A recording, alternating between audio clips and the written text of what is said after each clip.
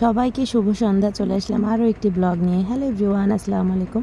দেখেন আমাদের কাঁকরোল গাছে মাশাআল্লাহ নতুন বছরে ছোটো ছোটো কাঁকরোল হয়েছে। আর দু একদিন পরেই এই কাঁকরোলগুলো খাওয়া যাবে। দেখতেই পাচ্ছেন কাঁকরোলগুলো বেশ বড় হয়ে গিয়েছে। এখানে আজকে রান্নার জন্য নিয়ে নিয়েছিলাম বেগুন, সজনের ডাঁটা, আর সাথে মাছ, বড়ি, কুমড়োর বড়ি আর কি।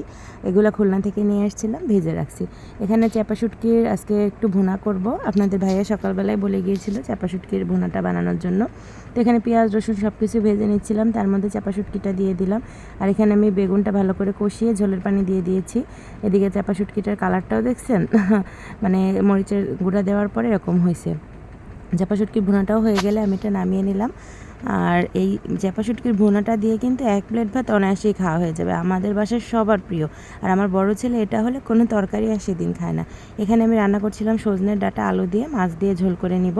সাথে আমি 2-1টা টমেটো দিয়ে দিয়েছি, এতে করে কিন্তু স্বাদটা আরও বেশি লাগে। আর এখানে দেখেন বেগুন রান্নাটাও হয়ে গিয়েছিলো। এই ছিল আজকে দুপুরের রান্না বান্নার আয়োজন। আল্লাহ হাফেজ।